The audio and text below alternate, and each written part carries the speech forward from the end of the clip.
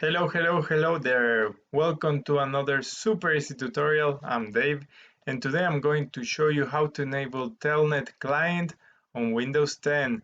So don't go anywhere. So you must be wondering, what is Telnet? Telnet is networking protocol and also a software application that would allow you to access or connect to another computer in your network or to connect to a remote computer. Also, you will be able to connect to servers, web servers, databases. There's a lot of possibilities you can do with Telnet. Think about it this way. We have two objects. The first one will be the client, that will be you, the computer that tries to connect to a remote desktop. And then we have the server. The server will be the computer that is being connected. Having that in mind, that's what the protocol pretty much wants to do, to have a connection between the two devices. With that in mind, we can proceed to do the configuration to enable Telnet Client on Windows 10. Alright, so now you have to go to the Windows Start menu. Right there in the search bar, you can type Control Panel. This option right there. In here, we want to go to Uninstall a program. In there, you want to go to this little option right there, turn Windows features on or off. A new window will pop up, just like this one.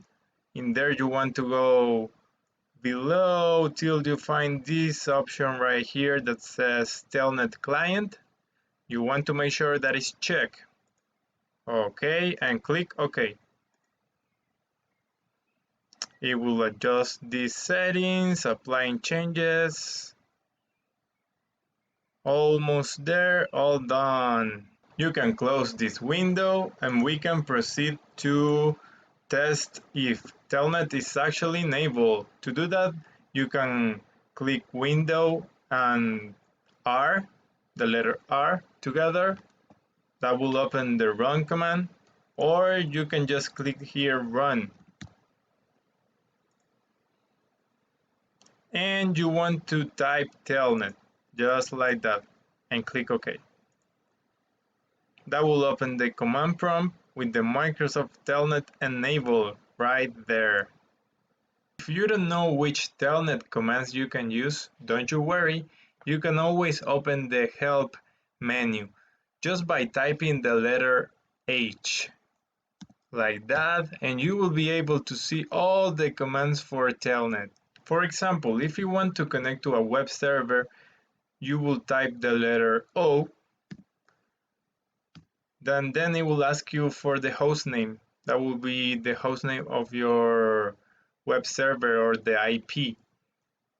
I can put, for example,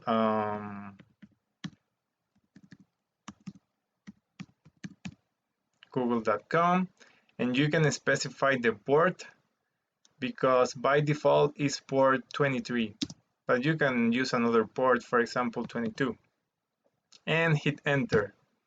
In a normal situation, it will ask you for your user ID and password to be able to connect to the web server. In this case, it's going to fail because it's Google. We don't have access to that. It failed, as I told you. Alright, that's all for today. I hope you really liked this video.